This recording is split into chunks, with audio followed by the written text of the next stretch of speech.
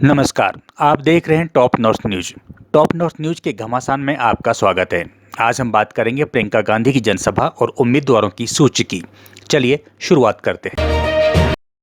ERCP के मुद्दे पर बीजेपी को घेरने के लिए कांग्रेस की ओर से निकाली जा रही जन जागरण यात्रा का आज समापन होने जा रहा है।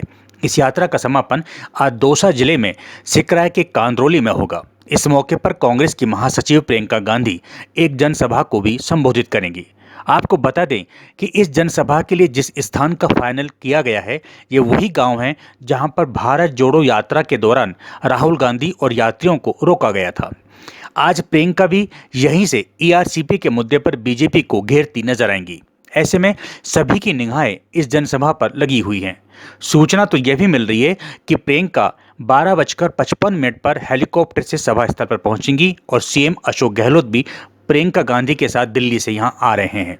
वहीं सूत्रों का कहना है कि राजस्थान कांग्रेस कमेटी ने प्रियंका गांधी की जनसभा के चलते सबसे पहले उम्मीदवारों की पहली सूची को तब तक रोक दिया है जब तक प्रियंका गांधी की सभी जनसभाएं नहीं हो जाती। आपको बता दें कि टोंक के साथ ही दौसा को भी सचिन पायलट का गढ़ माना जाता है। वर्तमान में पायलट टोंक से विधायक हैं, जबकि दौसा से वे पूर्व सांसद रह चुके हैं।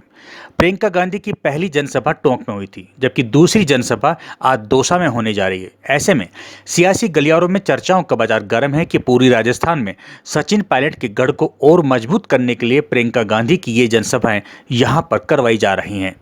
दौसा पूरी राजस्थान की सियासत का महत्वपूर्ण केंद्र भी है। बताया तो यह भी जा रहा है कि कांग्रेस ईआरसीपी के जरिए 25 सीटों को साधने की फिराक में है। अब आप सोच रहे होंगे कि चुनाव आते ही ये ईआरसीपी क्या आ गई।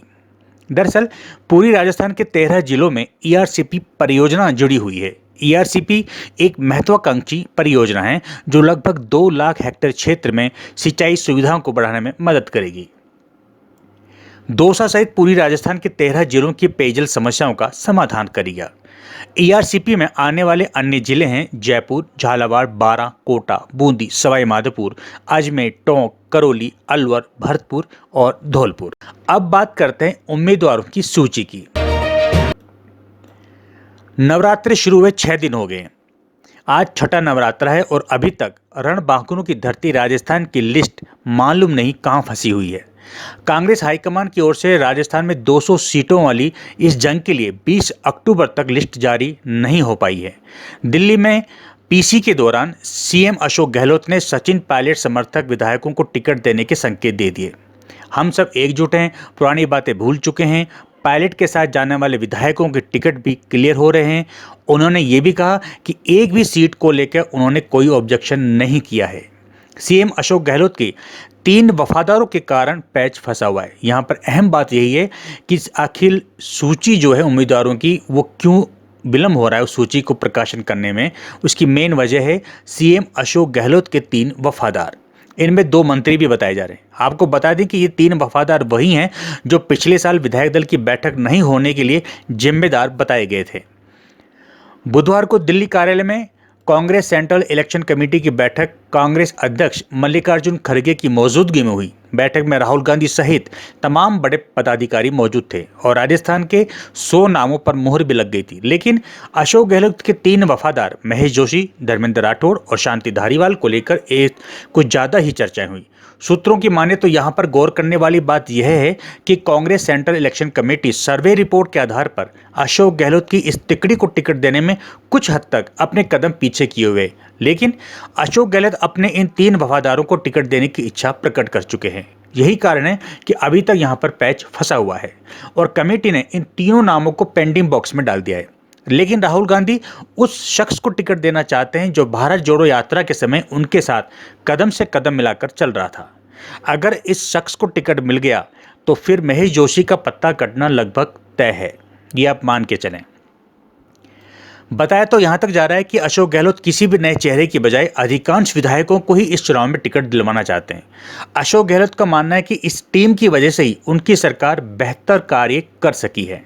आपको बता दें कि कांग्रेस सेंट्रल इलेक्शन कमेटी की बैठक में पहले सर्वे रिपोर्ट और अपने स्तर की गई रिपोर्ट पर चर्चाएं की जाती हैं। इसके बाद किसी निर्णय पर कमेटी पहुंचती है। कमेटी ने उत्तर प्रदेश का प्रभारी धीरज कुमार का नाम भी पेंडिंग बॉक्स में डाला हुआ है। हालांकि अशोक गहलोत अभी भी अपने 3 वफादारों के लिए पूरी ताकत झोंके हुए हैं। झोंकना भी चाहिए। आखिरकार ये अशोक गहलोत के वफादार जो ठहरे।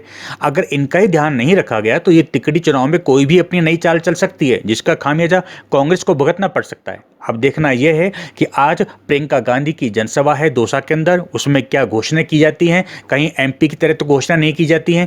और उसके बाद फिर उनका सवाई माधोपुर भी जाने का कार्यक्रम है, जहां पर रणथंभौर है, वहां पर वो शायद उनका कुछ स्टे है, घूमने का कार्यक्रम बताए जा रहे हैं। सूत्रों के अनुसार हमें जानकारी मिल रही है। लेकिन देखते यह है, अहम चीज़ यह है देखने वाली कि जनसभा के दौरान क्या घोषणाएं होती हैं और सूची कब तक जारी की जाती है, क्योंकि करीब 100 से ऊपर नाम, करीब 106 के आसपास नाम बताए जा रहे हैं जो फाइनल हो चुके हैं, लेकिन उनको अभी आउट करने में कितनी देरी है ये देखने वाली बात है। फिलहाल इस बुलेटिन में इतना ही। आप देखते रहें टॉप नॉर्थ न्यूज़।